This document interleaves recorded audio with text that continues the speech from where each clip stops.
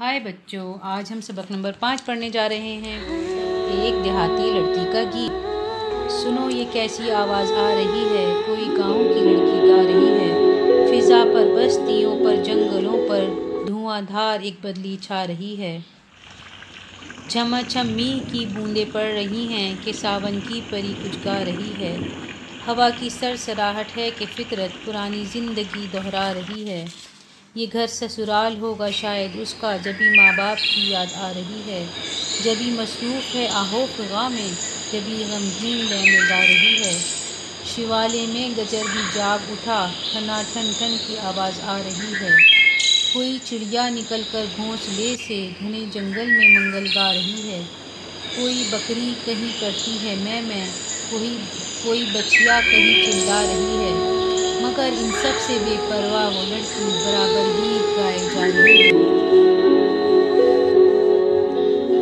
इसके मुश्किल जो अल्फाज हैं उसके मीनिंग मैं आपको बता देती हूँ। फ़िज़ा का मतलब है माहौल, और धुआंधार का मतलब है लगातार। छमाछम मतलब बारिश की आवाज़, सावन कहते हैं बारिश को। सरसराहट हवा की आवाज़, फितरत कुदरत। आहो फ़िग़ा का मतलब है दर्द और दुख बयान करना। गमगीन लय यानी दुख भरी आवाज़ में गाना। और शिवाला का मतलब है मंदिर, गजर का मतलब है घंटा, और बछिया कहते हैं गाय का छोटा बच्चा, मादा बच्चा।